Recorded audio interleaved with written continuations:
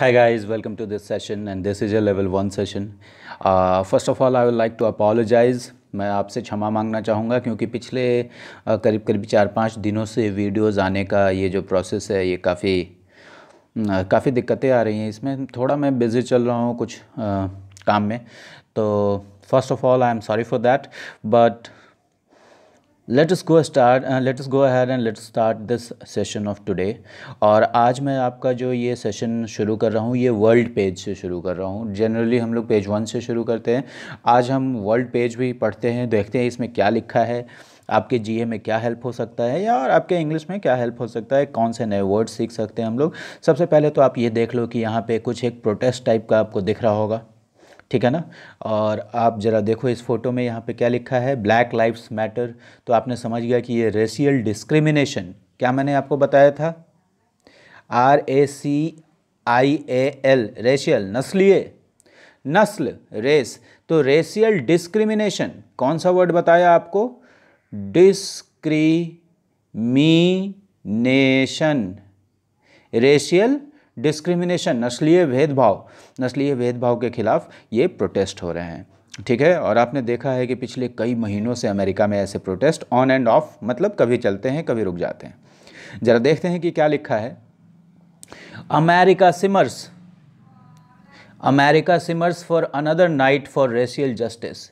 देखो इसमें कह रहा है अमेरिका जो है वो सिमर हो रहा है, ठीक है। फॉर अनदर नाइट मतलब एक और नाइट भी, एक और रात अमेरिका सिमर हुआ, किस चीज़ के लिए, रेशियल जस्टिस के लिए, नस्लीय न्याय के लिए। अब ज़रा देखो आपने वर्ड क्या लिखा है, SIMMER, सिमर।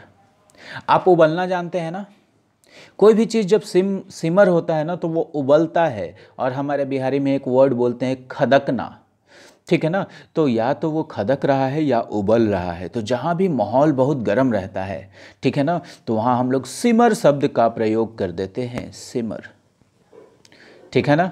मान लीजिए सपोज दैट कि आपके लोकेलिटी में कोई मर्डर हो गया, ठीक है ना, और उसको लेकर पब्लिक जो है बहुत एंग्री हो गई, फ्यूरियस हो गई, ठीक है ना। तो वो जो इलाका है वो क्या करेगा, उनके गुस्से से सिमर करेगा। तो सबसे पहला जो वर्ड आपको मिला वो क्या मिला, सिमर, SIMMER, सिमर का मतलब उबलना या खदकना, टेम्परेचर का बढ़ जाना। अब ज़रा देखो अभी हम लोग कुछ दिन पहले ही हमने देखा था कि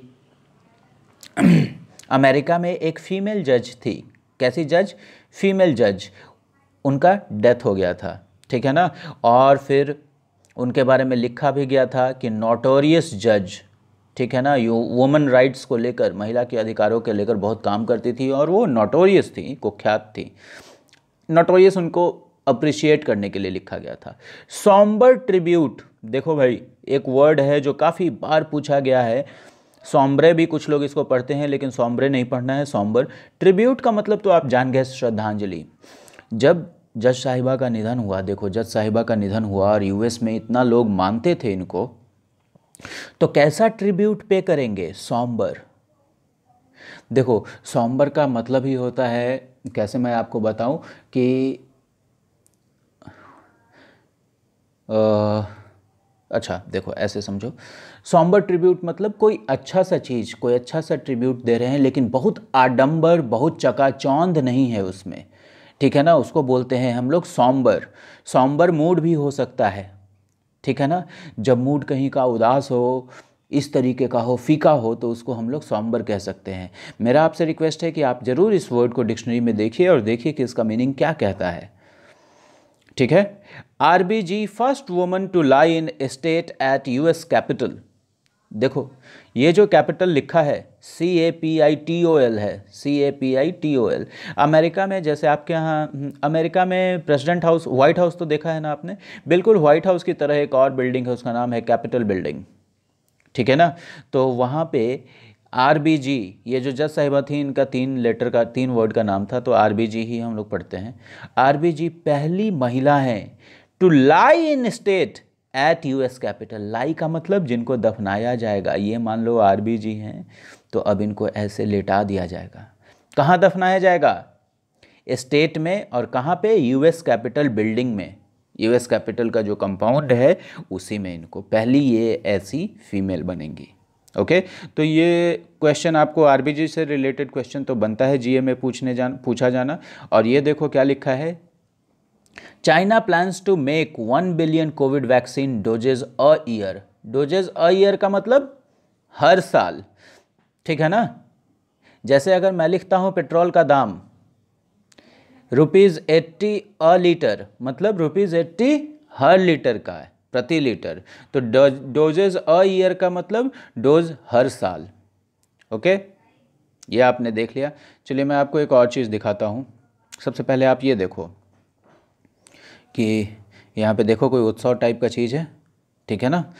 तो आप नीचे देखिए क्या लिखा है, Rio carnival scrapped for first time in 100 years. आपको स्क्रैप का मतलब पता है, किसी भी चीज़ को रोक देना, खारिज कर देना, ठीक है ना, कैंसिल कर देना। मैंने आपको बताया था स्क्रैप का मतलब। जिनको भी याद है ये चीज़ please go ahead and write yes और उसके आगे स्क्रैप लिख देना या एस लिख देना। Rio carnival scrap for first time in 100 years. 100 सालों में पहली बार रियो के कार्निवल को क्या कर दिया गया भाई, स्क्रैप कर दिया गया।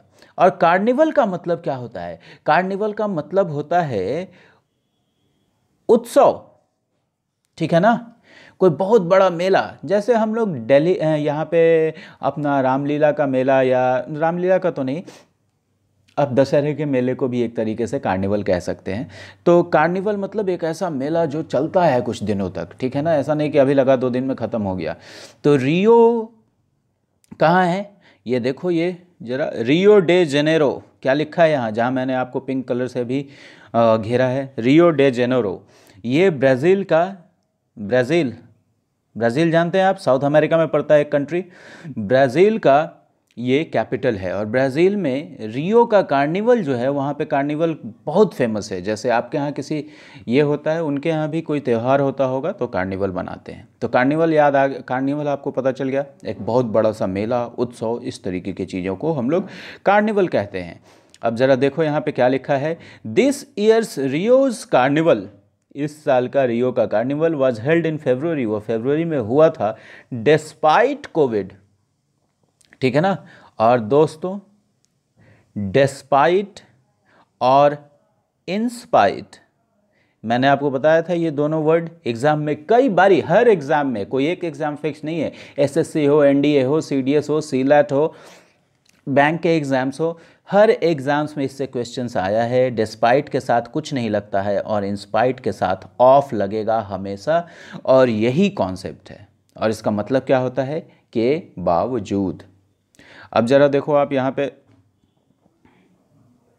जरा देखो, rising cases, mayor says London is at very worrying tipping point. मान लो आपको इसमें बहुत सारी चीज़ें, मान लो ये टिपिंग पॉइंट नहीं समझ में आया, फिर भी आपको ये तो समझ में आ जाएगा बढ़ता हुआ केसेस, राइजिंग केसेस को। मेयर सेज मतलब मेयर कुछ कहता है, और लंदन जो है वो, लंदन इज़ एट मतलब लंदन किसी जगह पर है, किसी चीज़ पर है, क्या, बहुत ही चिंताजनक बिंदु पर, टिपिंग पॉइंट पर है। अब देखो टिप का मतलब क्या होता है, ये मान लो आपके राह का रोड़ा है, रोड़ा समझते हो ना, और इससे आप टकरा गए तो आप कैसे गिरोगे, देखो मैं आपका मुंडी बना रहा हूँ गिरते हुए, ऐसे गिरोगे बराम से। तो उसको क्या बोलेंगे हम लोग, टिप। जब आप टिप कर जाते हो ना तो आपको ठेस लग जाती है, ठोकर लग जाती है और आप औंधे मुंह गिर जाते हो। तो मान लो कोविड के केसेस बढ़ रहे हैं, बढ़ रहे हैं, बढ़ रहे हैं, एक टाइम तो ऐसा आएगा ना जब कंट्रोल से बाहर हो जाएगा, उसी को हम टिपिंग पॉइंट कहेंगे, ठीक है ना। तो ऐसा पॉइंट जहां से कोई चीज़ कंट्रोल के बाहर हो जाए उसको क्या बोलते हैं, टिपिंग पॉइंट बोलते हैं। तो आप इसको लिख लेंगे। सो ये देखो इतनी सारी चीज़ें तो हमने देख ली। अब चलो एक चीज़ और देख लेते हैं। देखो, copy of last play recovered, Shakespeare की बात हो रही है, उनका जो लास्ट नाटक था उसका एक कॉपी बरामद हुआ है। जरा देखें हम लोग क्या लिखा है, rare edition of Shakespeare's play the two noble kinsmen found at Spanish seminary. Seminary का मतलब आप, हाँ, सेमिनरी का मतलब ऐसा स्कूल जहाँ थोड़ा रिलीजियस पढ़ाई भी होता है, उसको हम लोग क्या बोलते हैं, सेमिनरी। यहाँ पटना में भी है राजा राम मोहन रॉय सेमिनरी, पता नहीं आप लोगों को पता है या नहीं। तो rare edition of Shakespeare's play, Shakespeare के प्ले का कैसा एडिशन? रेयर एडिशन, जो कभी बहुत कम दिखे। द टू नोबल किंग्समैन, और नोबल का मतलब आपको पता है भला, नोबल का मतलब भला। द टू नोबल किंग्समैन कहाँ पाया गया? स्पेनिश सेमिनरी में। ओके, अब जरा मैं आपको एक और वर्ड रिवाइज करवा देता हूँ। Protest loom as Pakistan cracks down on 49 scribes. बिल्कुल अभी थोड़े दिन पहले ही स्क्राइब का मतलब मैंने आपको बताया था कि स्क्राइब का मतलब होता है जर्नलिस्ट, पत्रकार। अब देखो ये जो सेंटेंस है इसमें एज का भी इस्तेमाल हुआ है। तो जो सबसे पहला, जो सबसे the first incident is this, और जो सेकंड इंसिडेंट है वो क्या है? वो ये है। तो Pakistan cracks down on 49 scribes, मतलब पाकिस्तान ने 49 जर्नलिस्ट पर क्या किया है? क्रैकडाउन किया है। क्रैकडाउन किया है मतलब बहुत कड़ा एक्शन लिया उनके, और इसको देखकर इसके रिजल्ट से क्या हो रहा है?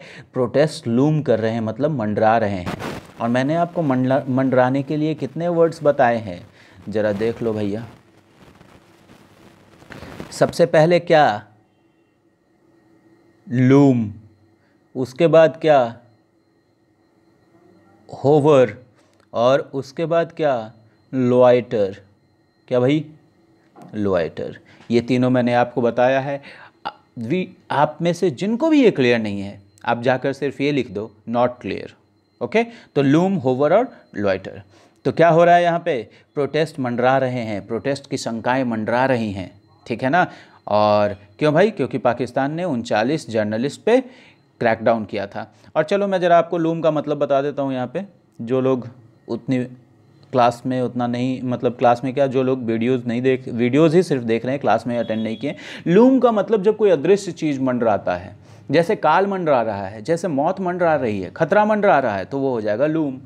और होवर, होवर का मतलब कोई दिखने वाला चीज़ मंडरा रहा है आपके ऊपर, जैसे हेलीकॉप्टर, जैसे कि मधुमक्खी, जैसे कोई और भी चीज़।